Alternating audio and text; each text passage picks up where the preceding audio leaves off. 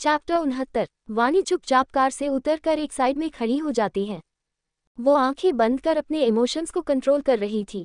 समर्थ car से उतरकर वानी के पास आ बोला, तुम ठीक हो? अब आगे? वानी अपने इमोशंस को स्ट्रिक्टली कंट्रोल कर बोली, मुझे सोचने का समय चाहिए।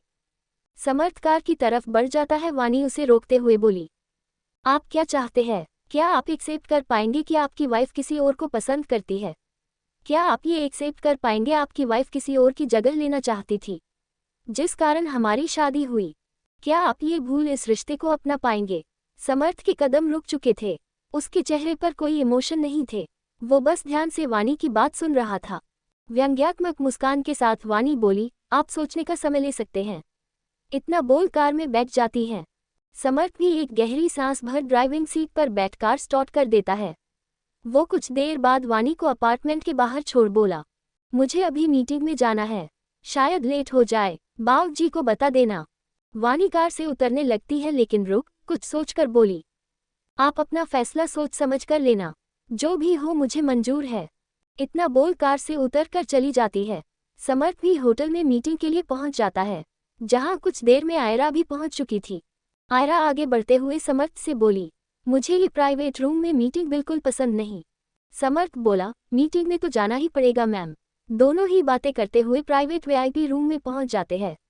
सामने एक 55 साल का आदमी ब्लैक बिजनेस लग्जरियस सूट पहने और उसके बगल में एक 25 साल की लड़की black short one piece dress में बैठी थी। दिखने में ही स्टाइलिस्ट लग रही थी। ये दोनों ही फॉरेनर्स थे। उस लड़की की नज़र समर्थ पर कुछ पल के लिए ठहर सी जाती है। वो बिना पल के झपकाए समर्थ को एक मुस्कान के साथ उसे ऊपर से नीचे तक देख रही थी। वो अपने मन में बोली, नॉट बैड। आयरा समर्थ अपनी जगह आकर बैठ जाते हैं। आयरा समर्थ उन्हें ग्रीट करते हैं। आयरा बोली, हेलो मिस्टर डेनियल, मिट माई डॉटर रोजी। डेनियल बोल अपनी जगह बैठ जाते हैं। कुछ देर में मीटिंग खत्म कर वो चारों होटल के बाहर खड़े थे, एक दूसरे जो ग्रीट कर निकलने वाले थे। अरेन वहां आयरा को पिक करने आता है।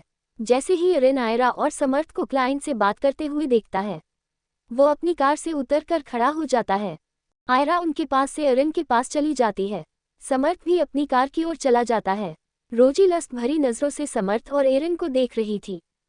डेनियल अपनी बेटी से बोले, ये इंडिया है, लंदन नहीं जहां तुम हर नए लड़के के साथ वन नाइट स्टैंड करती फिरो।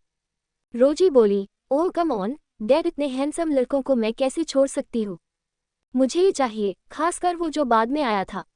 डेनियल अपनी बेटी को अपने करीब कर कान में धीरे से बोले, वो आयरा के हस्बैंड है, जो हमारी इन्वेस्टर है। ऐसा वैसा कुछ मत करना इनके साथ, वरना हम सड़क पर आ जाएंगे। इतना बोल वो भी अपनी बेटी को वापस होटल रूम में ले जाते हैं। लेकिन रोजी की आंखें कुछ और ही बयां कर रही थी, जैसे उसने अपने डैड को सुना ही ना हो। आयरा अरेन दोनों अपनी कार भारद्वाज मेंशन के बाहर रोकते हैं। दोनों ही जैसे अंदर जाने वाले होते हैं कि राघव उन्हें रोकते हुए बोले, अरे ऐसे नहीं, हमारे बेटी जमाई पहली बार हमारे घर आ रहे हैं। इतना बोल वो आरवी को इशारा करते हैं। आरवी सर्वेंट के हाथ से थाली ले उन दोनों की आरती कर स्वागत करती है।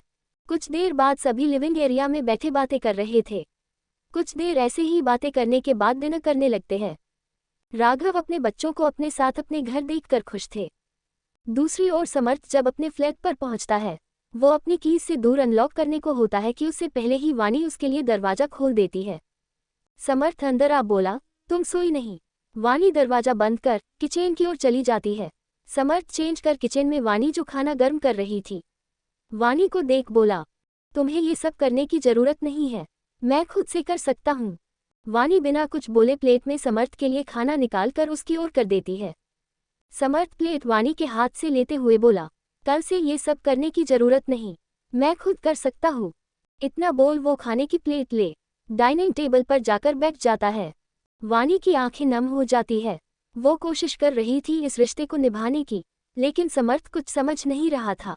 वानी सीधा अपने रूम में जाकर बेड पर लेट जाती है। ना जाने क्यों लेकिन उसे समर्थ का मना करना बुरा लग रहा था।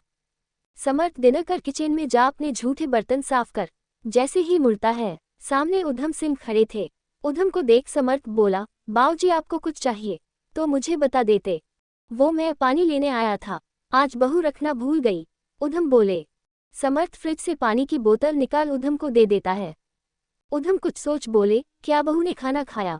समर्थ बेफिक्री से बोला, आप मुझसे क्यों पूछ रहे हैं, उसने खा लिया होगा। उधम छोटी नजरें कर समर्थ को देख बोले, वो तुम्हारा इंतजार कर रही थी। क्या तुम दोनों की लड़ाई हुई है, जो साथ में खाना नहीं खाया? समर्थ कुछ नहीं बोला, वो खामोश था, लेकिन उसकी खामोशी में एक बेचैनी। उधम उसे खामोश देख आगे बोले, मुझे नहीं पता तुम दोनों के बीच क्या हुआ, ये शादी कैसे हुई, लेकिन इसे दिल से निभाए, छोटी छोटी बातों को बड़ी नहीं करते। जो भी है आपस में सुलझा लो, एक गलत फहमी रिश्ते खराब कर देती है, जैसे मैंने सब कुछ खराब कर दिया था। इतना बोल उधम किचन से बाहर चले जाते हैं, लेकिन दरवाजे पर रुक बोले, बहू को खाना खिला देना। समर्थ कुछ सोच वानी के लिए एक प्लेट में खाना सर्व कर रूम में चला जाता है। दूसरी ओर आरवी अलमारी में अपने कपड़े से कर रही थी। आर्यन पीछे से आ उसे बाहों में भर लेता है। आरवी को वो खुशबू जानी पहचानी लगती है, उसे समझते देर नहीं लगती ये आर्यन है। वो आर्यन की पकड़ से खुद को छुड़ाते हुए बोली, आर्यन छोड़िए, मुझे कपड़े समेटने दीजिए। आर्यन आरवी को पलट उसके माथे से माथा टीका बोला, क्या तुम अपनी पढ़ाई कंटिन्यू करना चाहेगी? आरवी, मैंने तुम्हारा कॉलेज में और आरव का स्कूल में एडमिशन करवा दिया है। आरवी आर्यन को कसकर गले लगा लेती है, उसकी आंखें हल्की नम थी। वो अपनी नर्म और हल्की आवाज में बोली, थैंक यू आर्यन जी। आर्यन पीछे हट आरवी को माथे को चूम कर उसे कसकर गले लगा लेता है। दूसरी ओर समर्थ वानी के लिए डिनर लेकर रूम में आता है। वानी बेड पर आंख बंद कर लेती हुई थी। समर्थ साइड टेबल पर खाने की प्लेट रख बोला, वानी डिनर कर लो, तुमने बताया क्यों नहीं कि तुमने डिनर नहीं किया? वानी कुछ नहीं बोली, न ही उसने आंखें खोली। ये देख समर्थ बोला, मैं जानता हूँ तुम जग रही हो, तो बेहतर है कि शांति से डिनर कर लो। वानी मुंह बनाकर बेड पर बैठ बोली, मुझे नहीं खाना।